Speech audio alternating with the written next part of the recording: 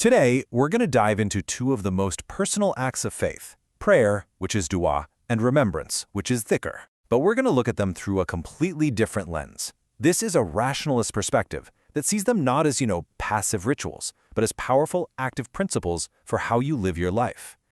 So let's just start with this question right here, because it really flips the whole idea of prayer on its head.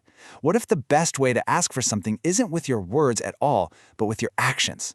What if your effort, your planning, your focus, what if that is the prayer itself? Let's dig into that. All right, first up is dua. We're going to see how this idea can be understood not just as a simple request, but as a dynamic process, a way of actively engaging with the world around you. Okay, so check this out. On one hand, you've got the traditional view of dua, which is often a verbal request, right? You're asking for help. But this rationalist view, it frames it as something you do. It's your conscious planning, your hard work, and your intelligent striving to reach a goal. And the whole foundation for this way of thinking, it comes from powerful verses just like this one from the Quran. It's basically laying out a universal principle.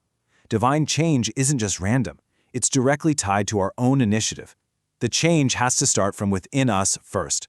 So what does it mean to change what is in ourselves? Well, it's not just a feeling. It's about thinking differently and, more importantly, acting differently. It means adopting a proactive mindset and actually working with the consistent, predictable laws of the universe. So in this view, divine help isn't some magical intervention. It becomes the predictable effect that follows our intelligent cause. It's a system of cause and effect. And this really gets to the heart of it. True dua becomes the action you take after you recognize how the world actually works. If you want a good harvest, you don't just ask for rain. You study the soil, you plant the right seeds at the right time, you water them. That intelligent, hard work, that is your prayer for a harvest. Okay, so let's switch gears to our second concept, dhikr. And you'll see how this builds on the same idea. Just like with dua, we're shifting the focus from specific words to a specific state of being. From just repeating phrases to having a constant active awareness. Think about it this way. It's a great analogy. You could sit there and say the word paracetamol 1,000 times, but your headache isn't going anywhere. Why? Well, because the word is just a reminder of the solution. The cure comes from the action. You have to actually take the medicine. And that, right there, is the big shift we're talking about. While traditional dhikr is often about repeating certain phrases, this rationalist view sees it as a continuous state of mindfulness, one that doesn't just stay in your head, but actually guides what you do every single day. So what is true dhikr in this model?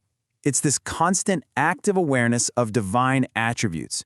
It means you remember that God is just, and because of that, you strive for justice in your life. You remember that God is merciful, so you show mercy to others. See? The remembrance has a direct impact on your behavior. Now get this, because this is a real game changer. The Quran actually calls itself al-dhikr, the remembrance. This suggests that the highest, most powerful form of dhikr isn't just repeating a name, but actively engaging with the divine guidance itself, studying it, understanding it, and putting its principles into practice. Okay, I know this might all sound a bit abstract, so let's look at a concrete blueprint from the Quran that shows both of these concepts, active dua and mindful dhikr, in action. For this, we're going to turn to chapter 62 of the Quran, which lays out a very practical strategy for a successful community. It's a plan that balances our duties to the collective with our own individual goals. So, look at the flow here. Step 1. The community has to prioritize the collective system. They pause their personal business to come together and implement divine commands. But then, right after, they're told to go out and work, to seek their livelihood. And the key, the real secret sauce that makes it all work, is that last step, stay mindful. Remembering God's principles while you work is what leads to real prosperity. But there's a warning attached. This verse calls out our human tendency to get distracted, right? We see a quick bargain or some temporary entertainment, and we rush to it, abandoning the very system that creates long-term success for everyone. It's a powerful reminder that when we prioritize short-term gains over a just, collective system, we're setting ourselves up for failure. So where does this all leave us? How do we bring this all together? Well, if you really embrace this perspective, it changes your entire approach to faith and action, and it all boils down to one powerful conclusion. This is it. This is the core message. Your hard work, your intelligent planning, your striving, that is your dua. Your constant mindfulness, your awareness of divine principles as you go about your day, that is your dhikr. Your entire life, in essence, becomes an active prayer.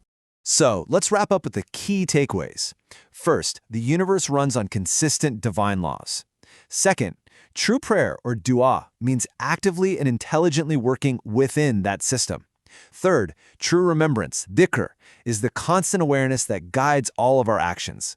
And at the end of the day, this whole view reframes our relationship with the divine not as one where we're passively asking for things, but as an active, intelligent partnership.